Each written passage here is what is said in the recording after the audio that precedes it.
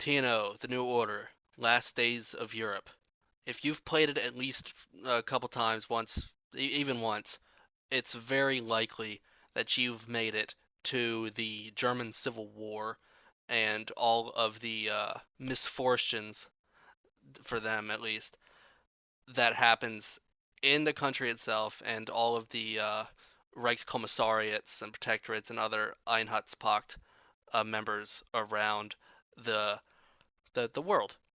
And so what I've done is I've played the German Civil War. I've observed it, observer only, 50 times. I've watched the German Civil War 50 times over. And in this video, I am going to tell you what happened.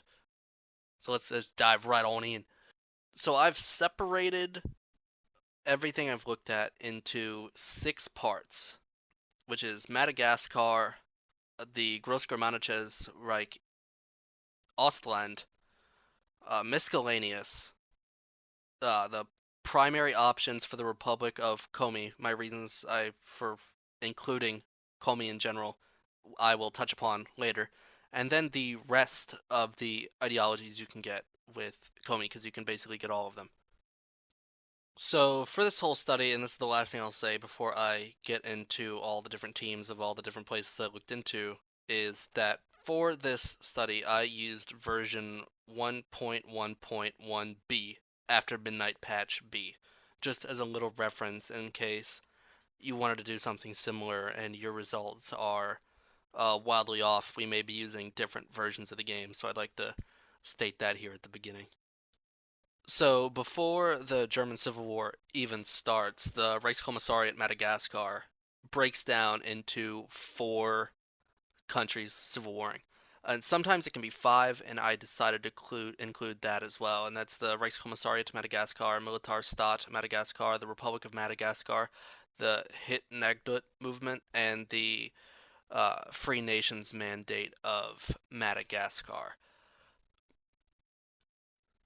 Usually by the end, or by the time that the Madagascar Civil War ends or is nearly over, it's about time when the real civil war kicks off between Albert Speer, Martin Bormann, Hermann Goring, and Reinhard Heydrich kick off.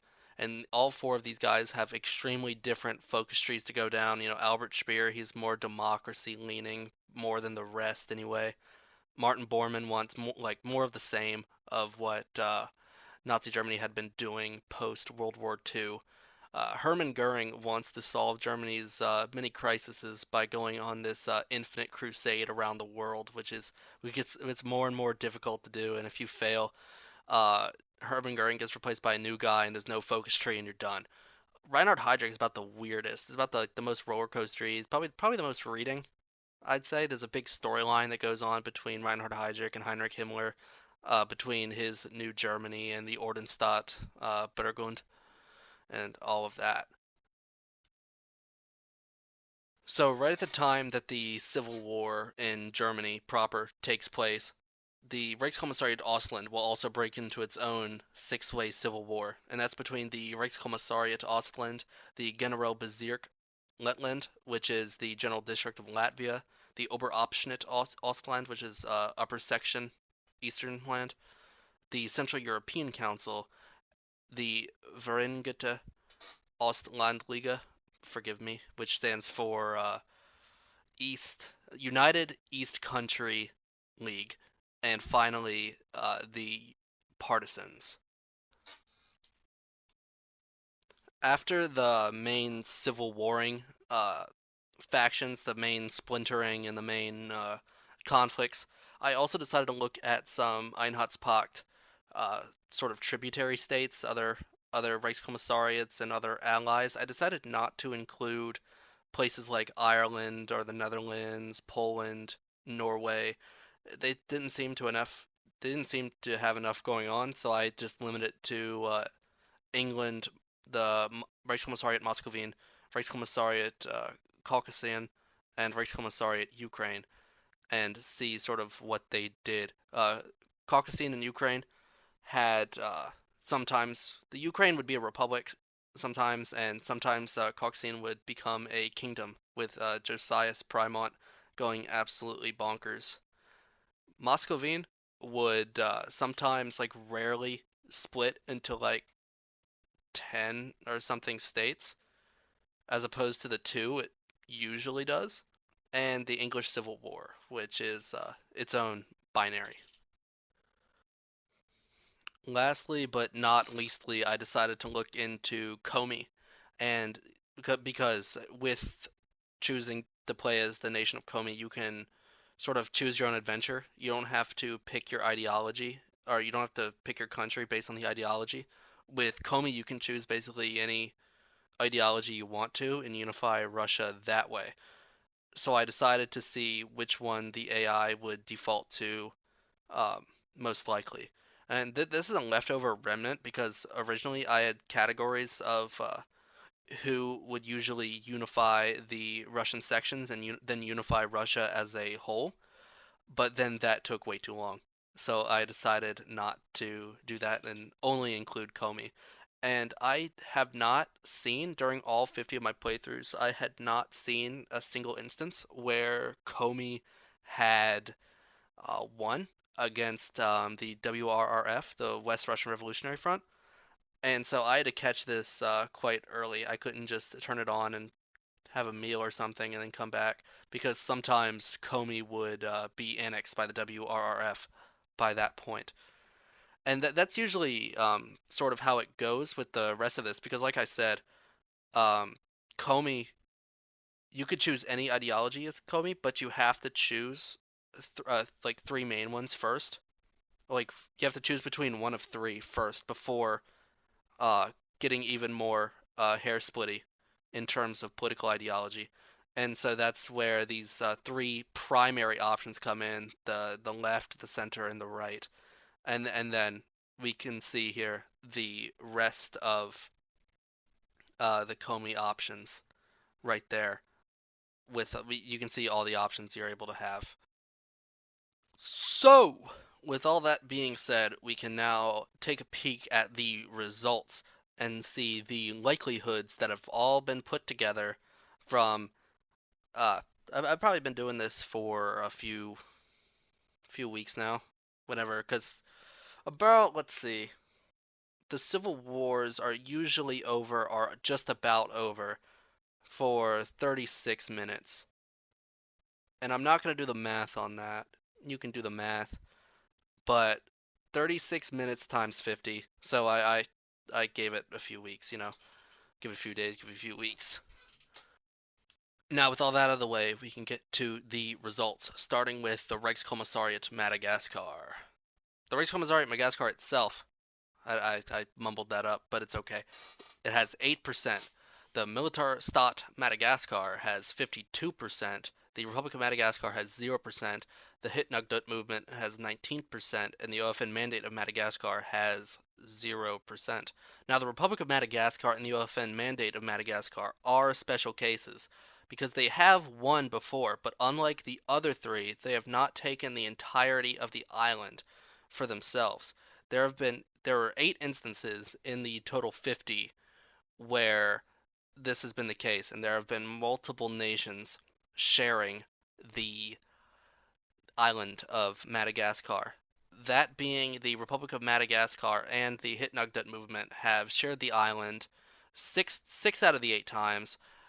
The Militarstaat Madagascar and the OFN Mandate of Madagascar have shared the island once, and for the last time, the Republic of Madagascar, the Hitnugdut movement, and the OFN state of Madagascar have all shared the island at in one out of the 50 games. So I think that's pretty cool. I didn't know that could happen before I started, that different nations could share the island of Madagascar. But so that was an outcome I wasn't expecting. Now for the main one of the bunch, Gross-Germanisches Reich, the main one we've all been waiting for. Albert Speer, the reformer, being chosen 8% of the time and winning 24% of the time.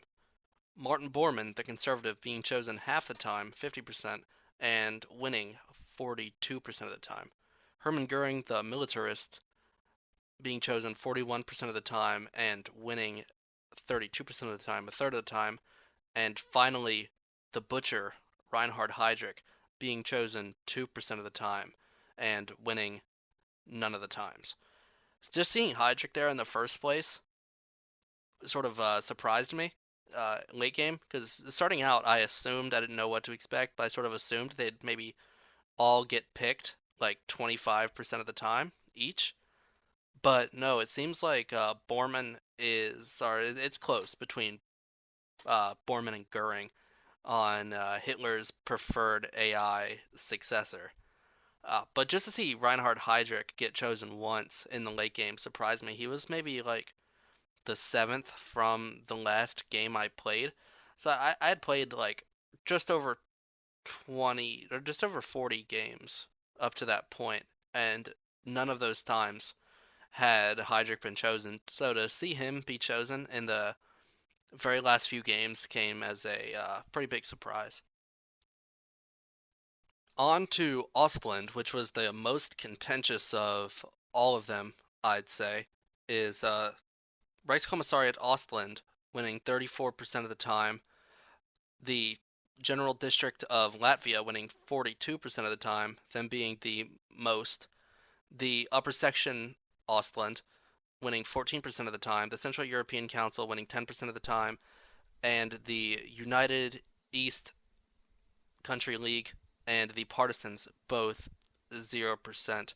And something cool that I noticed when looking at all these factions is that aside from the Central European Council and the Partisans, the remaining four all represent an ally within the German Civil War proper. Like the Reichskommissariat Ostland is most favorable to Bormann, the Generalbezirk Lettland is most favorable to Bormann, the Oberabschnitt Ostland is most favorable to Heydrich, and the Vereinigte Ostlandliga is most favorable to Speer, being a democracy, kind of, you know. And so that's something I didn't realize before, and I thought that was interesting. I thought it was unexpected. In the miscellaneous category, something I've dubbed the binary options because usually it's one or the other. Either one side of the English Civil War wins, or the other side does. Either Kaukasien becomes a kingdom or it doesn't. Either Ukraine becomes a democracy or it doesn't, or Muscovine uh, breaks into like 12 different states or it doesn't.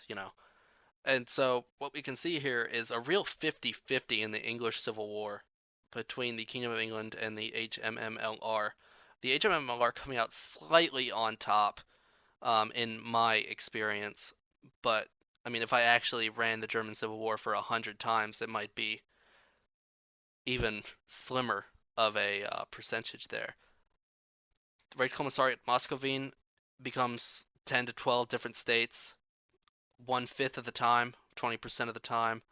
Reichskommissariat Muscovine becomes the Kingdom of Kaukasia 14% of the time.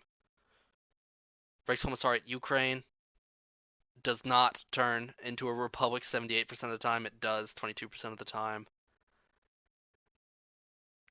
And yeah, what do you think? What do you think?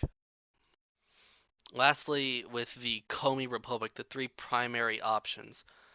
Now, Suslav is described in the wiki as the leader of the sort of Communist Party of Komi. However, every time they go with the Communist Party of Komi, every time the AI did that, it always put uh, Zhdanov as the leader and not Suslav. Either Suslav was there for like a second and then Zhdanov took over, or either Zhdanov was there to begin with. So I put Andre here, Andre Zhdanov, because he just blew Suslav out of the water whenever I went to record the results. He was always the one there. For the central parties, for the centuries, for the ideologies that walk the line, Svetlana Stalina was there. And then for the right is Lev Gumilyov. Gumilyov. I messed that up, but it's fine. With the right being 38% and being the most prevalent of the three, being the most common, rather. Going more in depth with the Komi Republic, Authoritarian socialism got 12%. The mix of libertarian socialism and authoritarian socialism got 36% of the time. Social democracy got 2%. Liberal democracy got 8%. And authoritarian democracy slash despotism got 4%. Ultranationalism got 38%, and the rest of the Comey right, despotism slash Burgundian system, National Socialism, and fascism all got 0%. I didn't know what to expect from the Comey Republic. These guys were kind of a wild card, and like I said, they were left over from my original intention of including Russian Civil War category, not Russian Civil War, Russian Wars of Unification categories into this. But I scrapped those because it was, like I said, it was going to take way too long, and so I decided to stick with Comey based on their ideological diversity. And that's all I really have for you in terms of this particular endeavor. Tell me what surprised you. Tell me what didn't surprise you. Tell me what you think I should do next. I'll I'll spend however many hours of my life on TNO as you want. Just give me some ideas. Let me roll a little bit. But with that being said, let me end the video right here. Don't forget to like, favorite, subscribe, do everything you're supposed to do, and I will see you